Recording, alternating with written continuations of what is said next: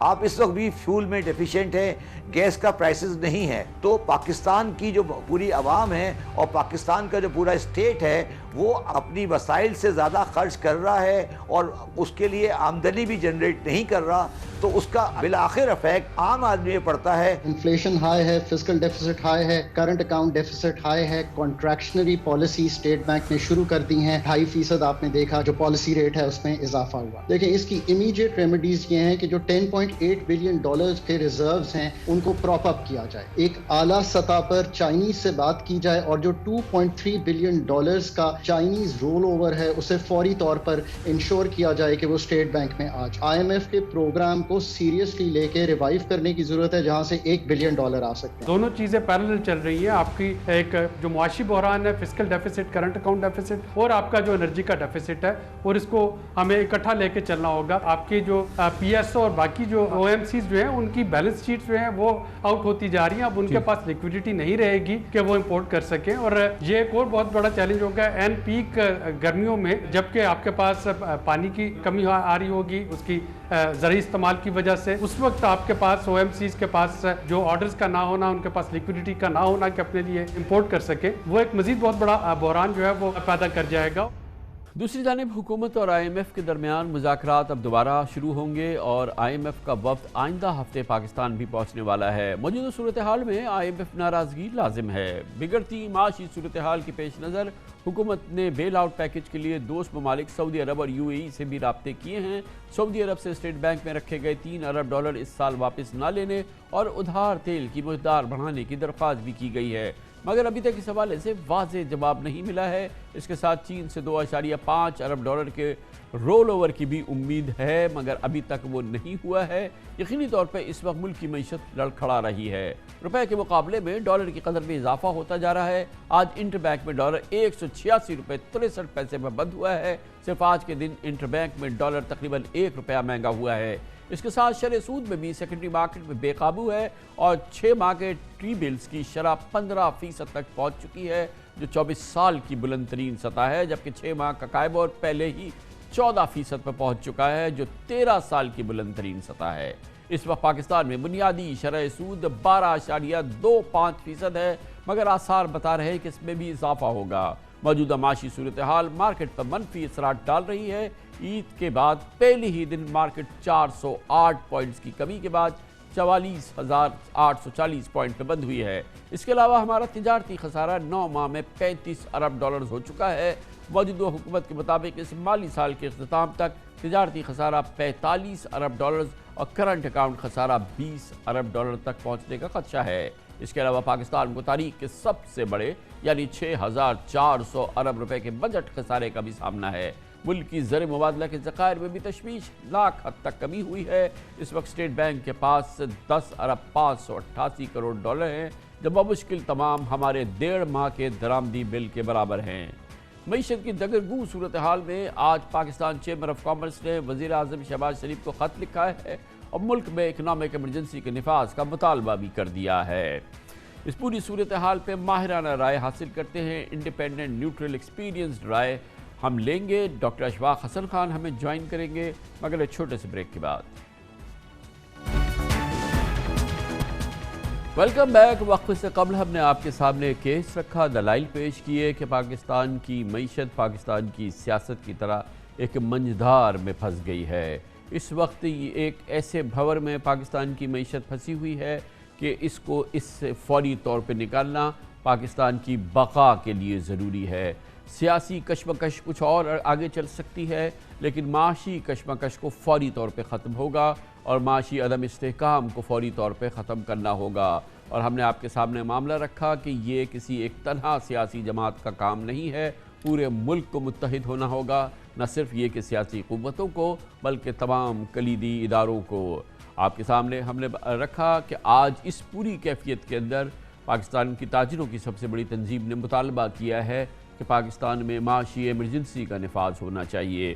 ان تمام امور پہ بات کرتے ہیں، ماہرانہ رائے حاصل کرتے ہیں اور خاص طور پہ جو انڈیپینڈنٹ ایکسپرٹس ہیں پاکستان کی معیشت کے، وہ اس پوری صورتحال کے بارے میں کیا سمجھتے ہیں، یہ ہمیں بتائیں گے پاکستان کے نامور سینئر ماہر معیشت جناب ڈاکٹر اشفاق حسن خان۔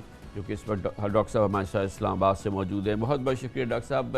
آپ فرمائیے گا کہ کیا واقعی معیشت کی صورتحال اتنی خراب ہے کہ ہم آئین کی متعلقہ شقوں کو استعمال کرتے ہوئے ملک میں معاشی ایمرجنسی کا اعلان کریں؟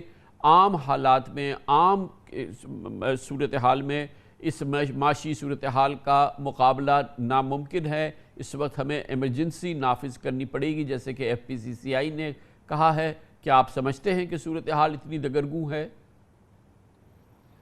تھینک یو کامران صاحب. دیکھیں، آپ نے پہلے ہی کہا کہ میرا کسی سے سیاست سے میرا کوئی تعلق نہیں ہے. میں ایک ٹیچر آدمی ہوں. میں نہیں سمجھتا ہوں کہ وہ پاکستان کی جو معیشت ہے وہ اتنے دگرگو حالت میں ہے. دیکھیں، پچھلے سال ہماری معیشت نے گرو کیا تھا 5.7%. اس سال یہ تقریباً 5% سے گرو کرے گا. تو اس میں کون سی برائی ہے؟ دنیا میں بہت سارے ملک ہیں جو اس سے بھی کم ان کے گروتھ ریٹ ہے. ہماری انڈسٹریز جو ہے جولائی فروری کا نمبر آ گیا ہے، یہ تقریباً 8% سے گرو کر رہی ہے. جو ٹارگٹ رکھا گیا تھا اس سے کہیں زیادہ یہ گرو کر رہی ہے. جابس کریشن ہوئی ہے، تقریباً 5.5 ملین جابس کریٹ ہوئے ہیں. یہ پاکستان لیبر فورس سروے میں ہر پاکستانی سے کہوں گا جس کو بھی اکنامکس کا شوق ہے کہ وہ اس مرتبہ پاکستان لیبر فورس سروے کو ضرور پڑھ لے. انہوں نے ڈسٹرکٹ وائز جاب کریشن اور امپلائمنٹ اور ان امپلائمنٹ سچویشن کے بارے میں ہر ڈسٹرکٹ کا انہوں نے یہ نمبر دیا ہوا ہے. یہ پہلی مرتبہ دیا ہوا ہے. پاکستان بیورو آف اسٹیٹسٹکس کو ہمیں اپریشیٹ کرنا چاہیے کہ اتنا ڈس ایگریگیٹڈ لیول پر ڈیٹا دیا ہوا ہے.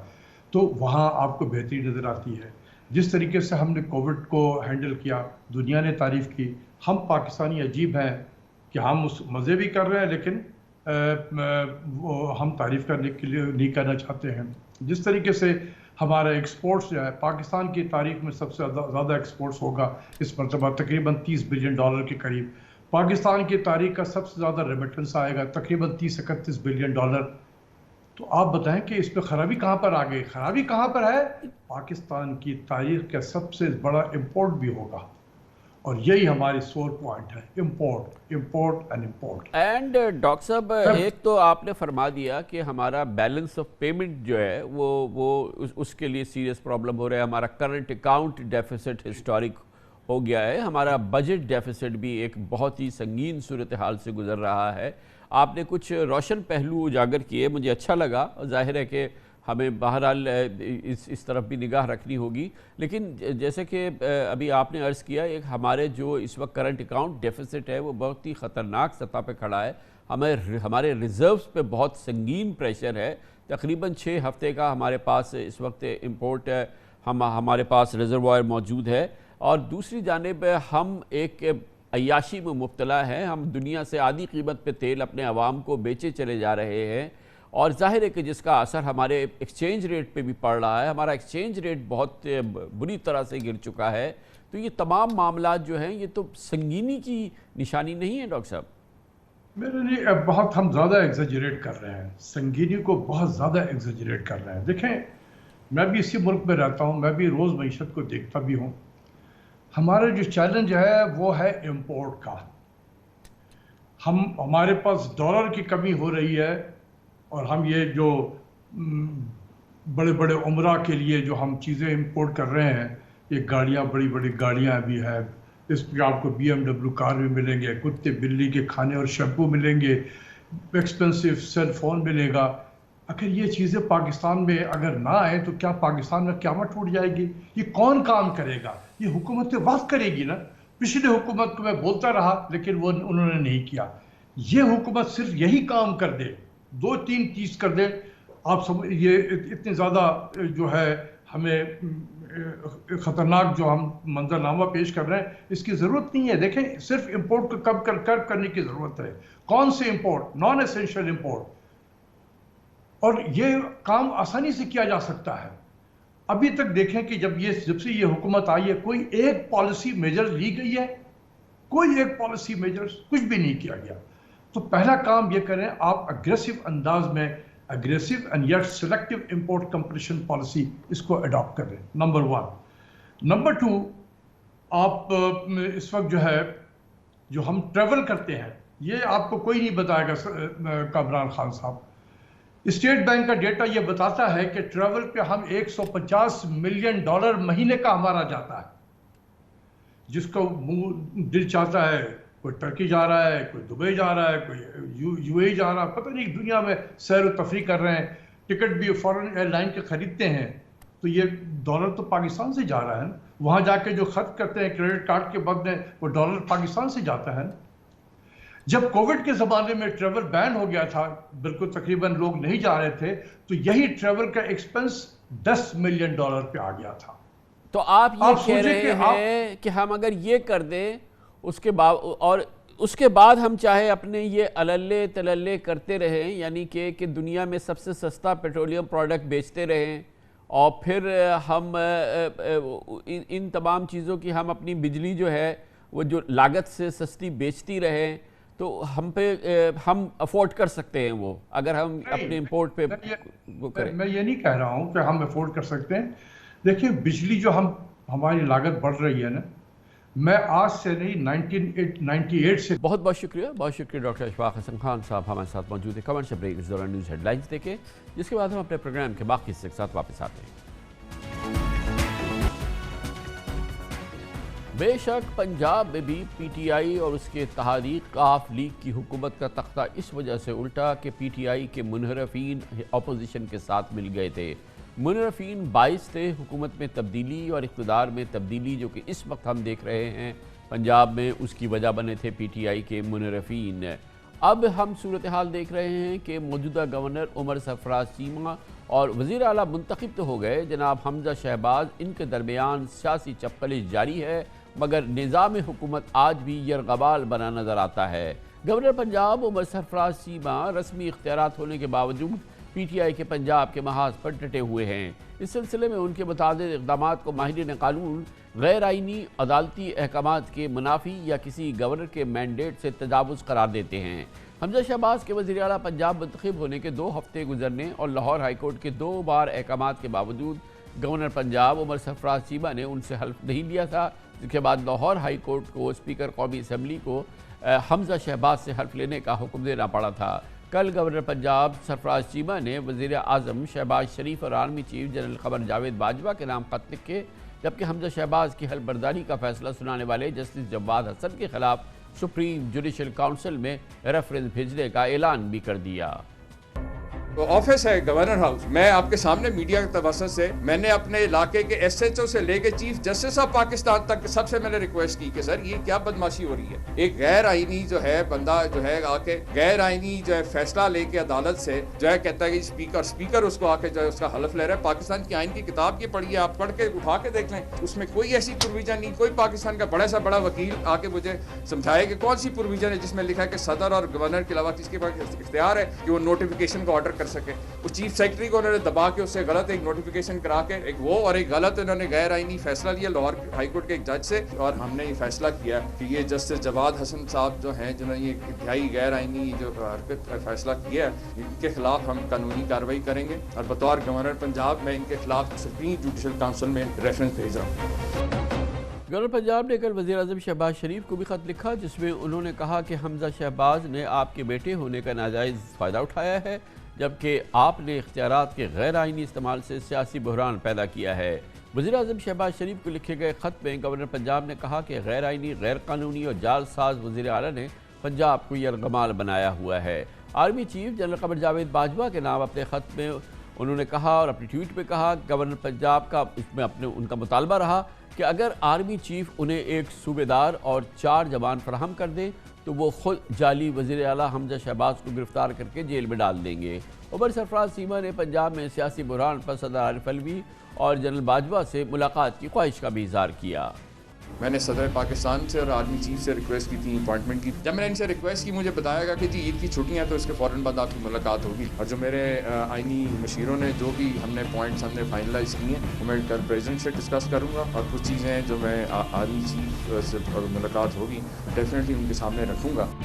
کچھ لوگوں نے سوال کیا کہ جی آپ تو مارشل لا لگوانے اللہ چاہتے ہیں کسی، میں نے کہا آپ نے فوج کو کہہ دیا کہ انٹرویو کریں، جس کے پاس طاقت ہے اس سے میں نے طاقت کے لیے ریکویسٹ کی آرمی چیف سے کہ جناب آپ اور کچھ ہی تو مجھے کم از کم ایک کپتان اور پہلے میں صوبے دار اور 4 مانگے، لیکن مجھے کچھ لوگوں نے کہا کہ نہیں کم از کم ایک کمپنی یا ایک کپتان اور ایک کمپنی کی ڈیمانڈ تو کرو کہ اتنے فوجی ہوتے ہیں، اور پھر اس کے خلاف جو ہے جو بھی قانون میں ہے اس کے مطابق اس کے خلاف کارروائی کی جائے. کوئی بھی کرے گا، جال سازی کرے گا یا اس طرح غیر آئینی قانون توڑے گا تو اس کے خلاف جو بھی قانون میں اس کے خلاف ہونا چاہیے. Advocate general Punjab Khwaja Ahmad Owais governor Punjab کی جانب سے آرمی چیف سے مدد کی مانگنے کو ایک غیر ضرور سمجھتے ہیں، لیکن ان کا کہنا ہے کہ گورنر کی سول اتھارٹی بے یار و مددگار ہے، اس لیے انہوں نے فوج سے مدد مانگی ہے. ایک ماہ کے دوران عمر سرفراز چیمہ کے رویے کے بعد یقین سے کہا جا سکتا ہے کہ پنجاب کابینہ سے بھی وہ حلف نہیں لیں گے. تاہم نون لیگ کے لیے کسی حد تک اطمینان کی بات یہ ہے کہ وزیر اعظم شہباز شریف نے 16 اپریل کو صدر عارف علوی کو گورنر پنجاب کی برطرفی کے لیے ایڈوائز بھیج دی تھی. آرٹیکل 48 کے مطابق صدر مملکت وزیر اعظم کی ایڈوائز پر عمل کرنے کے پابند ہیں.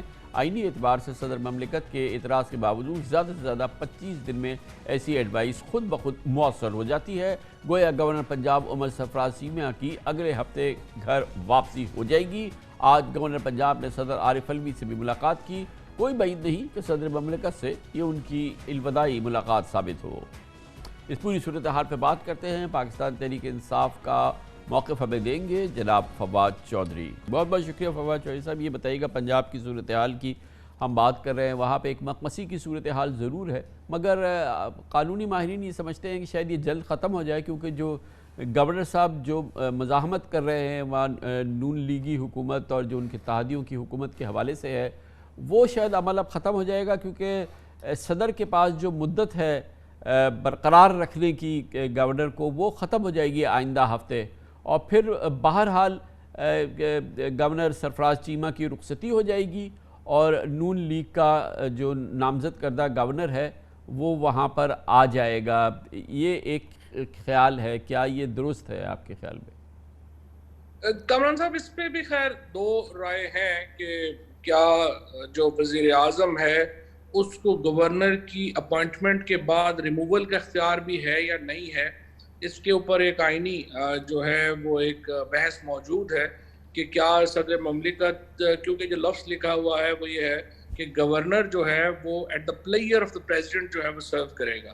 تو اب دیکھنا یہ ہے کہ ان کے پاس اختیار ہے یا نہیں ہے. بٹ قطع نظر گورنر کی تعیناتی کے جو اصل کرائسس ہے، جو اصل بحران ہے پنجاب کا، وہ یہ ہے کہ ابھی تک الیکشن کمیشن نے یہ جو لوگ منحرف ہوئے یا جو لوٹے ہوئے، ان کی جو آرٹیکل 63A میں ڈسکوالیفیکیشن ہے وہ انہوں نے اب منگل کو رکھی ہے. اگر منگل یا بدھ کو یہ ڈسکوالیفیکیشن کا آرڈر آ جاتا ہے، اور یہاں پہ یہ کامران صاحب یہ بھی ذہن میں رکھیے گا کہ جو وفاق میں جو ایم این ایز ہیں انہوں نے تو ووٹ نہیں دیا، تو اس پہ ایک بحث ہوگی. یہاں پر تو واضح طور کے اوپر یہ جو 25 اراکین ہیں انہوں نے ووٹ کیا ہے، لہٰذا ان کی ڈسکوالیفیکیشن محض ایک فارمیلٹی ہے. تو جب 25 لوگ ڈسکوالیفائی ہو جاتے ہیں تو اس کے بعد جو حمزہ شہباز ہیں ان کا نمبر 171 ہو جائے گا، اور جو پی ٹی آئی اور پی ایم ایل کیو ہے ان کا نمبر 176 ہو جائے گا، اور 186 کا نمبر چاہیے آپ کو مکمل ہونے کے لیے. تو کسی کے پاس 186 نمبر تو نہیں ہوگا، لیکن 176 نمبر کے ساتھ جو ہے وہ پی ٹی آئی اور پی ایم ایل کیو اکثریتی پارٹی بن جائیں گے، اور یہ حکومت جو ہے اس کو اعتماد کا ووٹ تو خیر یہ لے ہی نہیں سکتے. تو مجھے نہیں لگتا کہ ایک ہفتے سے زیادہ حمزہ شہباز وزیر اعلیٰ رہ پائیں گے. یقیناً یہ تو بات ہے کہ جب یہ الیکشن کمیشن کا فیصلہ آئے گا منحرفین کے حوالے سے، اور آج جس طرح سے سماعت ہوئی ہے لگ نہیں رہا کہ اس میں بہت زیادہ وقت لگے گا، وہ ایک ٹرننگ پوائنٹ ہوگا پنجاب کی سیاست کے حوالے سے. یہ بھی کہا جا رہا ہے کہ اگر جب یہ مدت ختم ہو جاتی ہے صدر کی موجودہ گورنر کے حوالے سے، اور جو نئے گورنر کی سمری اگر پریزیڈنٹ کے پاس جاتی ہے وزیر اعظم کی جانب سے، تو اس کے لیے بھی صدر کے پاس 15 روز کا وقت ہے کہ وہ اس کو اپروو کرے اور اس کی نوٹیفیکیشن ہو جائے. اور اس پیریڈ میں جو ہے وہ اسپیکر جو پنجاب اسمبلی ہیں چودھری پرویز الہی صاحب، وہ گورنر ہو جائیں گے. اس کی قانونی پوزیشن کو آپ نے جانچا ہے؟ کامران صاحب اس صورت میں بھی پریزیڈنٹ کے پاس 15 نہیں 25 دن ہے، کیونکہ 15 دن کی اگر آپ ایسے ہی ہم چونکہ ہائپوتھیٹیکلی ایک بات کر رہے ہیں تو 15 دن کی ایک دفعہ سمری آتی ہے اور پھر 10 دن کی سمری دوبارہ آتی ہے. تو اس کا یہ مطلب ہوگا کہ تقریباً 1 مہینہ پرویز الہی صاحب جو ہیں وہ گورنر جو ہے وہ رہ سکتے ہیں. ابھی تو جس طرح میں نے پہلے آپ سے عرض کیا کہ ڈیبیٹ یہ ہے کہ کیا وہ ان کو ہٹا بھی سکتے ہیں کہ نہیں, اس ڈیبیٹ میں دیکھتے ہیں کتنا جاتا ہے. اصل مسئلہ یہ ہے جس کی طرف سچی بات تو یہ ہے کہ آپ نے اتنی بار یہ بات اشارہ کیا ہے اور آپ نے کہا ہے ملک کو الیکشنز کی طرف جانا چاہیے. یہ تمام ایک ضد کے نتیجے میں ایک بحران جو ہے وہ یہاں پہ کھڑا ہوا ہے, اور سیاسی جماعتوں کو, بلکہ میں تو سمجھتا ہوں کہ پی ایم ایل این کی جو لیڈرشپ ہے اس میں بھی ایسے لوگ ہیں جو سمجھتے ہیں کہ یہ بحران ایسے نہیں ہوگا. ایک سب سے بڑا صوبے کی معیشت تباہ ہو گئی ہے. آپ دیکھیں آج گندم کا جو بحران یہاں پہ آ گیا ہے کہ یہاں پہ گندم کی خریداری اب نہیں ہو رہی, اور اس کے بعد جو اس سال کے آخر میں جو ہمارا اوریجنل ٹارگٹ تھا گندم خریدنے کا وہ بہت بڑھ جائے گا, اور اس کے نتیجے میں بائی دسمبر پاکستان میں آٹے کی اور گندم کی ایک بہت بڑی بحرانی کیفیت پیدا ہو جائے گی. اسی طرح سے جو پانی کا پرابلم چل رہا ہے, خریف کی ہماری فصلیں تباہ ہو گئی ہیں. اس طرف گورننس کی طرف تو اتنی سیاست ہے کہ کوئی توجہ دے ہی نہیں پا رہا, اور پاکستان 6-8 مہینے میں ایک بہت بڑے کساد بازاری اور معاشی بحران کا شکار ہو جائے گا, جس سے لگتا یوں ہے کہ ڈیسیژن میکرز آنکھیں بند کر کے بیٹھے ہیں. تو فواز صاحب ایک اور چیز اگین یہی نمبرز پہ آتے ہیں کہ جیسے منحرفین کے حوالے سے فیصلہ آ جاتا ہے, اور جس میں کہ دو رائے نہیں ہیں, کہ ظاہر ہے کہ جو منحرفین ہیں وہ تو کالعدم ہو جائے گی ان کی ممبرشپ. تو یہ بتائیے کہ جو اسٹرینتھ آف دی ہاؤس ہے جس کی بیس پہ آپ کہہ رہے تھے کہ 186 کسی کے پاس نہیں ہے, تو جب یہ 25 لوگ اگر کالعدم ہو جاتے ہیں تو نمبر کاؤنٹ جو ہوگا, کیا وہ جو اوریجنل ہاؤس کی اسٹرینتھ تھی جو ہے وہی رہے گا یا 25 کو مائنس کیا جائے گا؟ نہیں دیکھیے نا, جو ایک اصول ہے وہ تو یہ ہے کہ ٹوٹل نمبر کی اکثریت آپ نے دیکھنی ہے. جیسے ابھی جو شہباز شریف صاحب ہیں ان کے پاس کل نمبر اسمبلی میں 173 ہے, اور اگر یہ جو لوٹے ہیں ان کو ووٹ سے نکال دیا جائے تو اس کا مطلب ہے کہ وہاں پہ 2 ووٹوں کی اکثریت ہے, اور جو یہاں پر 186 کا نمبر چاہیے آپ کو ایک ایبسولوٹ میجورٹی کے لیے اسمبلی میں, وہ نہیں ہے. پھر یہ گورنر کی ڈسکریشن ہو جائے گی کہ وہ اسمبلی توڑتے ہیں یا وہ رن آف الیکشن کی آپشن دیتے ہیں. اگر رن آف الیکشن کی دے دیتے ہیں اور پھر گورنر کہتے ہیں اعتماد کا ووٹ لیں تو پھر آپ سے 186 نمبر چاہیے. سو مجھے فرینکلی کسی بھی صورت میں یہ نظام خصوص پنجاب میں اور وفاق میں بچتا نظر نہیں آتا. ضد کے اوپر ہے کہ کتنی دیر چلانا ہے, آپ نے زیادہ نقصان کر کے جانا ہے, کم نقصان کر کے جانا ہے, یہی ایک سوال ہے. کیونکہ ابھی کابینہ کا بھی تعین ہونا باقی ہے, اور جب تک کہ گورنر کی پوزیشن ہے اس کو سیٹل نہیں ہوتی تو پھر وہ کابینہ, پھر اس کے لیے بھی حلف اٹھانے کا معاملہ ہے, پھر اس کے لیے ہائی کورٹ جائیں اور پھر وہ کسی کی تعیناتی کریں. تو یہ پنجاب کا نظام جو ہے یہ تو ہوا میں معلق ہی نظر آتا ہے. ہوا میں معلق ہے, بالکل تباہ ہو گیا ہے ہمارے. اور آپ کوئی اس بات سے انکار ممکن نہیں ہے کہ اگر پنجاب کی معیشت نیچے جائے گی تو پاکستان کی معیشت نیچے جائے گی, کیونکہ ہمارا 60% جو ہے وہ ہے ہی پنجاب, اس سے زیادہ بلکہ. تو اس کے نتیجے میں ایک بہت بڑا ایک المیہ ہے جو وہاں پہ ہے. اور سب سے زیادہ بات یہ ہے کہ آج اس پہ اتنی بات بھی نہیں ہو رہی ہے. تو آپ نے آج بات کی ہے, لیکن اس کے علاوہ اس پہ بات ہی نہیں ہو رہی ہے, کیونکہ پنجاب کا جو بات مطلب سیاست پہ ہو رہی ہے, لیکن جو اس کے معاشی اور گورننس کے پہلو ہیں ان کے اوپر تو ذکر ہی نہیں ہو رہا. یوں لگ رہا ہے کہ جیسے ہمیں کسی کو کوئی فکر ہی نہیں ہے. اور جس طرح میں نے آپ کو عرض کیا کہ یہ جو بحران ہے, مثلا جو گندم کا بحران ہے, یہ ہمیں 6 مہینے بعد احساس ہوگا کہ ہم کتنے بڑے ایک طوفان میں پھنس گئے ہیں. اس دوران جو گورنر چیمہ صاحب نے آرمی چیف کو ایک لیٹر لکھ دیا, ان سے مدد کی درخواست مانگ لی, وہ اس آئینی جمہوری نظام کے اندر اس کی کیا اہمیت ہے اور وہ کیوں کیا انہوں نے ایسا؟ اس پہ تو بہت تنقید ہو رہی ہے. نہیں دیکھیے کامران صاحب, بات یہ ہے کہ انہوں نے لیٹر صرف آرمی چیف کو نہیں لکھا, انہوں نے صدر مملکت کو بھی لکھا ہے, وزیر اعظم کو بھی لکھا ہے, اور آرمی چیف کو بھی لکھا ہے. مجھے بتائیے یہ جو تنقید کرنے والے ہیں, انہوں نے جو بلاسمی کا استعمال ہوا توہین مذہب کے قوانین کا, اس کے اوپر تو آپ لوگوں نے ان کی ایک بات نہیں سنی ہے. اس کے بعد جب گورنر ہاؤس کے اوپر زبردستی قبضہ کر کے حلف کرایا گیا، آپ نے اب اس وقت بھی ان کی کوئی بات نہیں سنی ہے، تو اب جب وہ کہہ رہے ہیں کہ میرے اس طرح گورنر ہاؤس سے گورنر ہی کو باہر نکال دیا گیا اور زبردستی حلف لے لیا گیا، تو وہ خط نہیں لکھیں تو کیا لکھیں؟ نہ آئی جی نے ان کی بات مانی، نہ چیف سیکرٹری نے مانی، نہ وزیر اعظم وفاقی حکومت نے گورنر کی مدد کی، وہ کیا کرے؟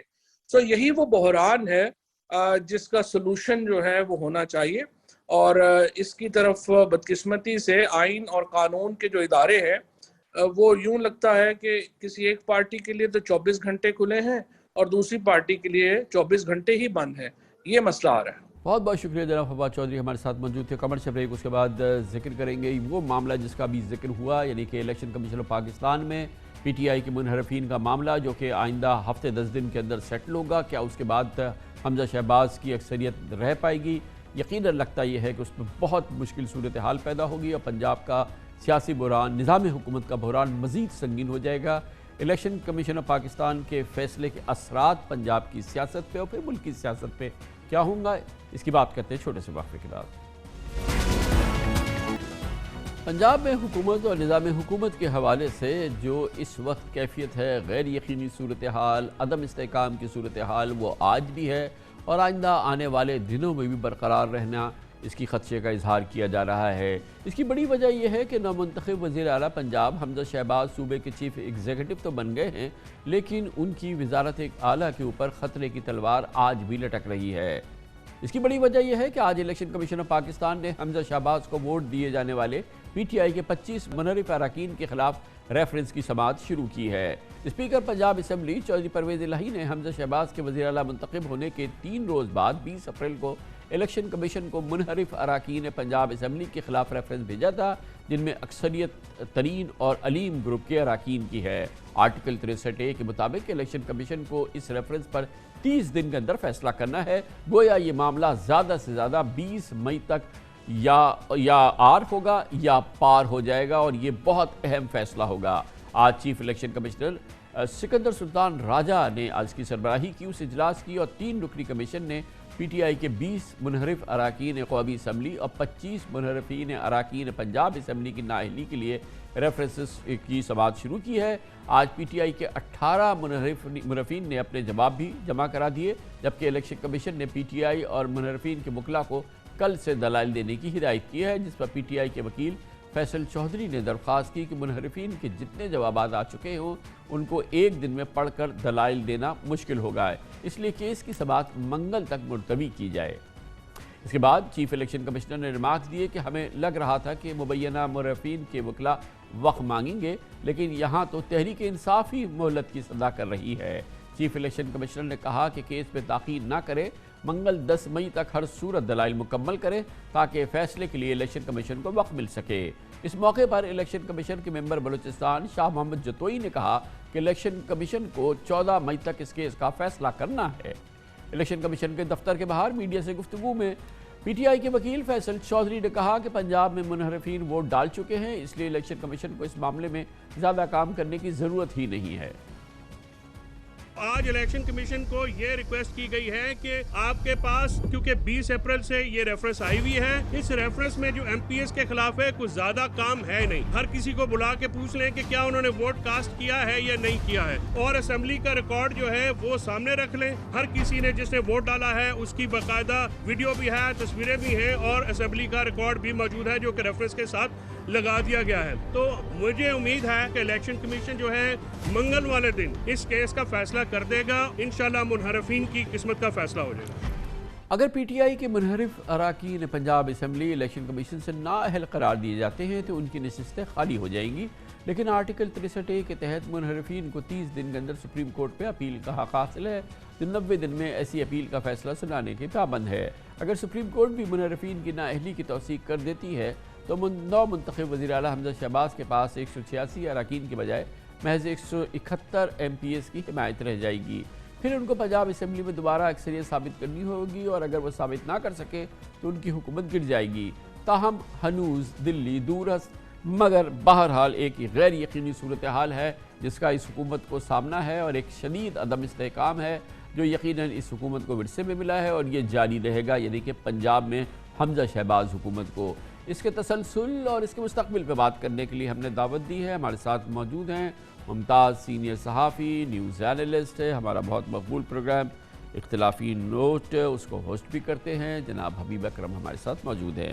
بہت بہت شکریہ حبیب اکرم صاحب۔ ویسے تو حمزہ شہباز صاحب وزیر اعلیٰ ہو گئے ہیں، مگر پہلے دن سے ہی ایک عدم استحکام کی کیفیت ہے جو ہم دیکھ رہے ہیں۔ ان کی کابینہ فی الحال نہیں بن رہی، چلے وہ بن جائے گی، اور جو معاملات پی ٹی آئی کے ساتھ ہیں یا گورنر کے ساتھ ہیں وہ بھی ہیں، چلیں وہ بھی کسی حد تک سیٹل ہو جائیں گے۔ مگر سب سے بڑا جو خطرہ ہے وہ ان کی اپنی اکثریت، یعنی کہ وہ جو جس اکثریت کی بنیاد پر وہ وزیر اعلیٰ بنے ہیں وہ بھی بہت ہی ایک فلوئڈ سچویشن لگتی ہے۔ ایسا ہی ہے؟ جی بالکل کامران خان صاحب، آج بھی الیکشن کمیشن میں اس کیس کے حوالے سے جو بات ہوئی، یعنی 26 ایسے اراکین پنجاب اسمبلی ہیں جو دراصل پاکستان تحریک انصاف سے تعلق رکھتے تھے، لیکن وہ حمزہ شہباز صاحب کی سمت چلے گئے اور انہوں نے اپنے ووٹ انہیں دے دیے۔ تو اب یہ ایک اوپن اینڈ شٹ کیس ہے کم از کم پاکستان تحریک انصاف کے وکلاء کی نظر میں۔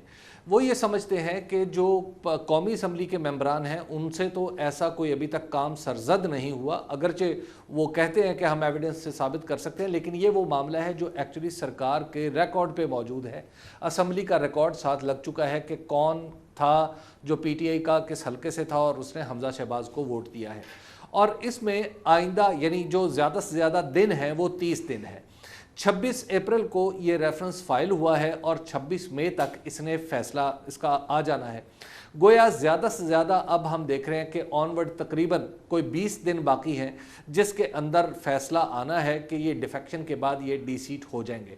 اب یا تو یہ ڈی سیٹ ہوں اور ڈی سیٹ ہونے کے بعد ڈیفیکشن کلوز کے تحت تاحیات ان کی بحث شروع ہو جائے کہ وہ ہو سکتے ہیں یا نہیں ہو سکتے۔ اس کے ساتھ ہی پھر ایک نئے الیکشن میں انہیں جانا پڑے گا۔ تو ہر دو صورتوں میں جو حمزہ شہباز کی وہ جو 196 کا نمبر جس کے ذریعے انہوں نے اپنی وزارت اعلیٰ ون کی ہے وہ ختم ہو جائے گا، اور اس کے بعد ان کے لیے وزارت اعلیٰ کے عہدے پر، وزیر اعلیٰ کے عہدے پر قائم رہنا مشکل ہو جائے گا۔ تو یہ جو پنجاب میں ہمیں سچویشن بنتی نظر آ رہی ہے، دراصل یہ کافی فلوئڈ ہے اور کسی بھی وقت یہ اس حکومت کے گرنے کے امکانات ہیں۔ اس کی ایک بڑی انٹرسٹنگ بات یہ ہے کہ عام طور پہ اس قسم کے معاملات میں ایک لامتناہی سلسلہ چل رہا ہوتا ہے، ہمیں نہیں پتا ہوتا کہ یہ انجام کب ہوگا۔ لیکن جو الیکشن کمیشن میں سماعت ہو رہی ہے، آج جو ریمارکس ہم نے دیکھے ہیں کہ یہ اسی ماہ اس بات کا فیصلہ ہو جائے گا، اور یہ ایک بڑی انٹرسٹنگ بات ہے کہ اسی ماہ کے اندر اس کا فیصلہ ہو جائے گا۔ اور ونس اگر الیکشن کمیشن آف پاکستان کہہ دیتا ہے کہ بھائی ان کی جو ممبرشپ ہے یہ نہیں برقرار رکھ سکتے، یہ تمام اراکین جو ہیں یہ ان کی کالعدم ہو گئی ہے، تو یقیناً ان کے پاس اپیل کا حق تو ہے، لیکن اس لمحے تو وہ ان کی رکنیت ختم ہو جائے گی نا، اور جیسے ہی ان کی رکنیت ختم ہوگی تو حمزہ شہباز اپنی اکثریت کھو بیٹھیں گے نا۔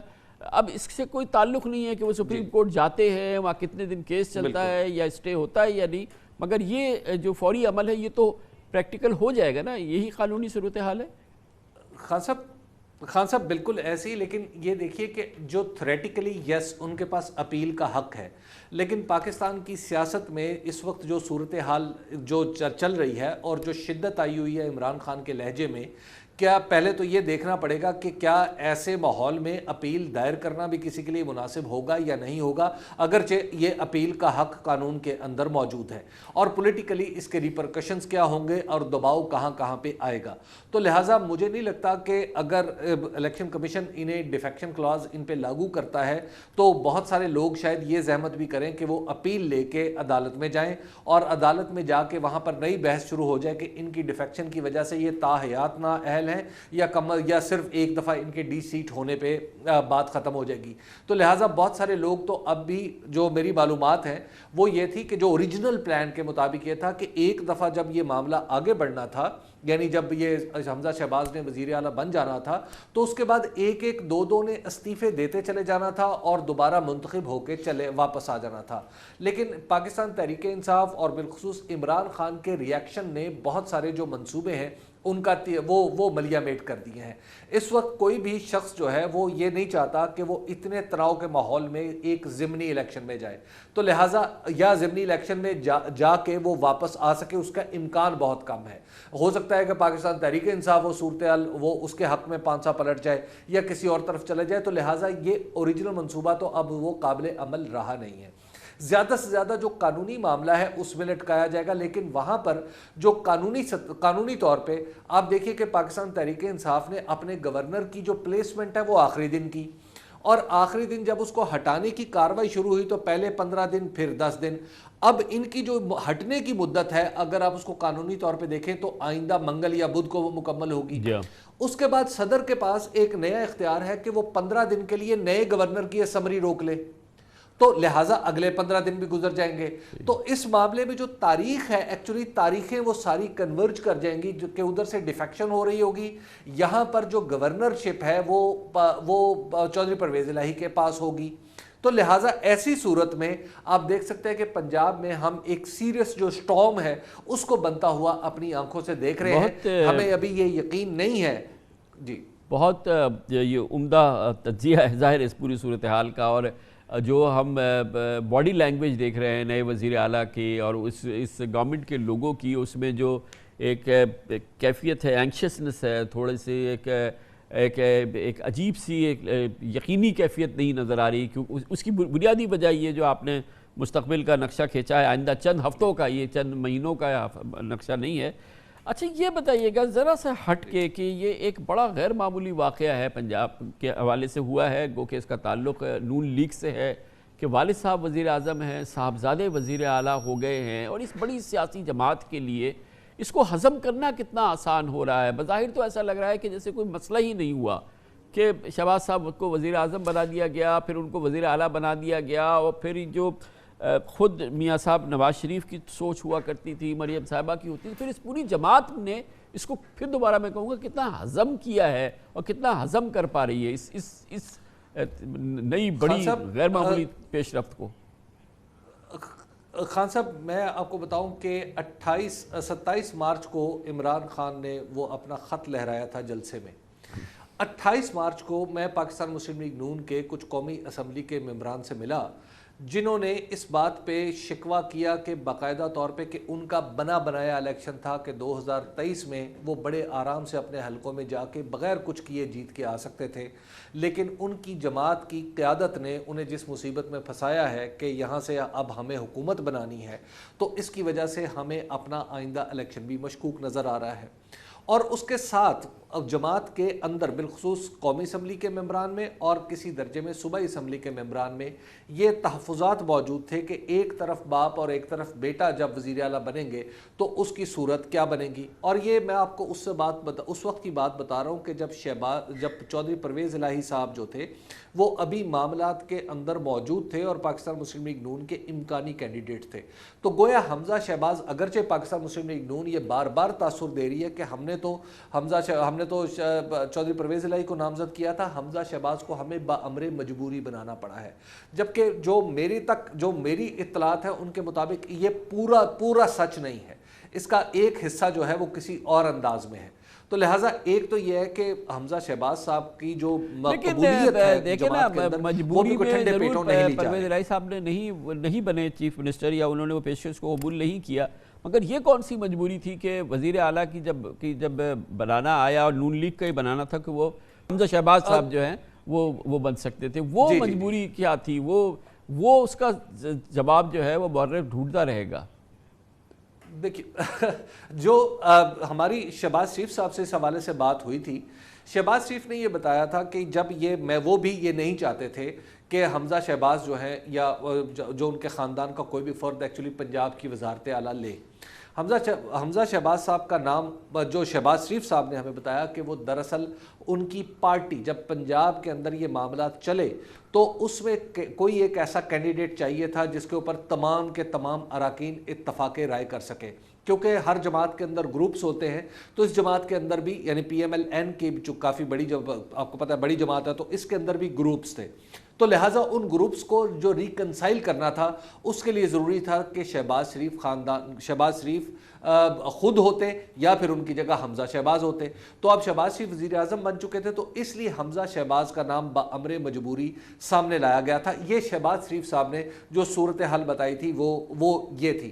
اس کے علاوہ شاید خاقان عباسی صاحب بھی یہ بات بتا چکے ہیں کہ ایکچولی ہماری اس وقت مجبوری یہ تھی کہ پارٹی کے اندر جو یہ انہوں نے بریجز کی بات تو نہیں کی تھی لیکن بہرحال کہ پارٹی کے اندر جو بہت ساری لائنز ہیں انہیں کرس کراس ہونے سے بچانے کے لیے حمزہ شہباز کو ایک کنسنسس کینڈیڈیٹ کے طور پہ لایا گیا تھا. اور اس کے ساتھ خان صاحب اس میں ایک درجے میں یہ بات بھی ہمیں ذہن میں رکھنی چاہیے کہ یہ ایک مخلوط حکومت ہے. تو جب حمزہ صاحب ایکٹیو ہوئے تو اس کے بعد ہی جو جہانگیر خان ترین کا گروپ ہے اور علیم خان کا جو چھوٹا سا گروپ ہے یہ دونوں گروپس جو نے مسلم لیگ نون کی جو حکومت کی بڈ تھی اس کو سیریسلی لینا شروع کیا. اگر حمزہ کی جگہ کوئی اور ہوتا تو شاید یہ دو گروپس جو ہیں وہ حکومت کی بڈ کو اتنا سیریسلی نہ لیتے. بہت شکریہ جناب حبیب اکرم ہمارے ساتھ موجود تھے. کمرشل بریک اس کے بعد ہم پنجاب میں ہی رہیں گے اور دیکھیں گے وہاں پہ اب نظام چل کیسے رہا ہے, کون چلا رہا ہے اور عدم استحکام ہے تو کس حد تک ہے, اور وزیر اعلیٰ حمزہ شہباز کس حد تک اسرٹ کر رہے ہیں, کتنا ان کا سکہ چل رہا ہے. یہ سب جائزہ لیتے ہیں چھوٹے سے وقفے کے بعد. حمزہ شہباز شریف کو پنجاب کے وزیر اعلیٰ کے عہدے کا حلف اٹھائے ہوئے اب ایک ہفتہ ہو گیا ہے, لیکن 12 کروڑ سے زائد آبادی والے پنجاب میں نظام حکومت تاحال سیاسی غیر یقینی اور مخمصے کا شکار ہے. اس وقت پنجاب کی بیوروکریسی میں وزیر اعلیٰ حمزہ شہباز کا حکم چل رہا ہے اور بظاہر پی ٹی آئی اوقاف لیگ کا نظام حکومت منجمد ہو گیا ہے بلکہ آخری سانسیں لے رہا ہے. لیکن کہا جا رہا ہے کہ پنجاب اسمبلی کا عملہ اب اسپیکر پرویز الہی کی ہدایت پر ہی عمل کر رہا ہے, جبکہ صوبے کے آئینی سربراہ یعنی گورنر پنجاب عمر سرفراز چیمہ تاحال عثمان بزدار کو وزیر اعلیٰ پنجاب مانتے ہیں. حمزہ شہباز کے انتخاب کے موقع پہ پنجاب اسمبلی میں پولیس اور اسمبلی سیکریٹریٹ کے ملازمین کی تقسیم نمایاں تھی. اہم بات یہ ہے کہ گورنر پنجاب عمر سرفراز چیمہ سیکریٹری پنجاب اسمبلی کی رپورٹ پر ہی حمزہ شہباز کے انتخاب کو غیر آئینی قرار دے رہے ہیں. بہرحال لاہور ہائی کورٹ کے حکم پر پچھلے ہفتے حمزہ شہباز وزارت اعلیٰ کا حلف اٹھا چکے ہیں. انہوں نے تاحال پنجاب کابینہ کے اراکین کو نامزد نہیں کیا ہے, مگر لگتا ہے کہ گورنر پنجاب کی برطرفی تک پنجاب کابینہ کی تشکیل مؤخر رہے گی. ایک اہم بات یہ ہے کہ وزیر اعلیٰ پنجاب حمزہ شہباز کو حلف اٹھانے کے بعد باقاعدہ گارڈ آف آنر دیا گیا. وہ مسلسل پنجاب کے چیف سیکرٹری اور آئی جی پنجاب سے رابطے میں ہیں اور پنجاب کی انتظامی اور سیکیورٹی معاملات کے دونوں کلیدی افسران وزیر اعلیٰ حمزہ شہباز کو ہی رپورٹ کر رہے ہیں. اس وقت حمزہ شہباز ہی چیف منسٹر ہاؤس کے وکیل ہیں اور عثمان بزدار نام کو عہدے پر براجمان ہیں. پچھلے ہفتے حمزہ شہباز کے حلف والے دن دلچسپ صورتحال پیدا ہوئی تھی جب گورنر پنجاب نے عثمان بزدار کا استعفیٰ مسترد کر دیا تھا اور بظاہر وزارت اعلیٰ بحال ہونے کے بعد اسی دن عثمان بزدار پورے پروٹوکول کے ساتھ پنجاب اسمبلی آئے, پنجاب کابینہ کے اجلاس کی صدارت بھی کی. لیکن جب گورنر ہاؤس میں حمزہ شہباز نے حلف اٹھا لیا تو پنجاب اسمبلی سے واپسی کے وقت عثمان بزدار کے گارڈز بھی ان کے ساتھ نہ تھے. ہفتے کے دن سے پنجاب اسمبلی میں گورنر اور سابق وزیر اعلیٰ عثمان بزدار کے احکامات اور اقدامات پر عمل نہیں ہو رہا. پورے صوبے میں اس وقت یہ کیفیت ہے اور گورنر عمر سرفراز چیمہ نے عثمان بزدار کا استعفیٰ مسترد کیا, لیکن چیف سیکرٹری نے پنجاب کابینہ کی بحالی کا نوٹیفیکیشن جاری نہیں کیا ہے. عمر سرفراز چیمہ نے گورنر ہاؤس میں وزیر اعلیٰ کی تقریب حلبرداری کی اجازت سے انکار کیا, لیکن گورنر کے پرنسپل سیکرٹری نے گورنر ہاؤس میں تقریب حلبرداری کا نوٹیفیکیشن جاری کیا. گویا ہر لحاظ سے پنجاب میں فیصلہ سازی اور حکومتی مشینری کا پہیہ ڈگمگایا ہوا ہے. تازہ ترین صورتحال پنجاب میں ہم جائیں گے لاہور, جہاں پر ہمارے نمائندے خصوصی حسن رضا موجود ہیں. بہت شکریہ حسن رضا. یہ بتائیے گا کہ اب کیا ہے, پورے کنٹرول میں ہیں حمزہ شہباز اس وقت اور ہر لحاظ سے وزیر اعلیٰ کی حیثیت سے ان کا سکہ چل رہا ہے پورے پنجاب میں؟ جی بالکل کامران صاحب, حمزہ شہباز وزیر اعلیٰ پنجاب کے طور پر کام کر رہے ہیں اور چیف سیکرٹری پنجاب, آئی جی پنجاب سمیت پنجاب کی ساری جو مشینری ہے وہ حمزہ شہباز شریف کے حکم پر جو ہے وہ عمل درآمد کرتی دکھائی دے رہی ہے. روزمرہ کے جتنے بھی ڈے بائی ڈے کام ہے وہ تو احکامات بھی دے رہے ہیں. تقریباً ایک ہفتے میں 21 کے قریب حمزہ شہباز شریف نے اجلاسوں کی صدارت بھی کی ہے, ان کو احکامات بھی دیے جا رہے ہیں اور باقاعدہ اس پر عمل درآمد کی رپورٹس بھی جو ہے وہ بیوروکریسی تیار کر حمزہ شہباز کو پیش کر رہی ہیں. چند روز قبل تو حمزہ شہباز قطر چلے گئے تھے, لیکن ابھی آئیں گے دوبارہ تو معاملات کو دوبارہ لے کر چلیں گے اور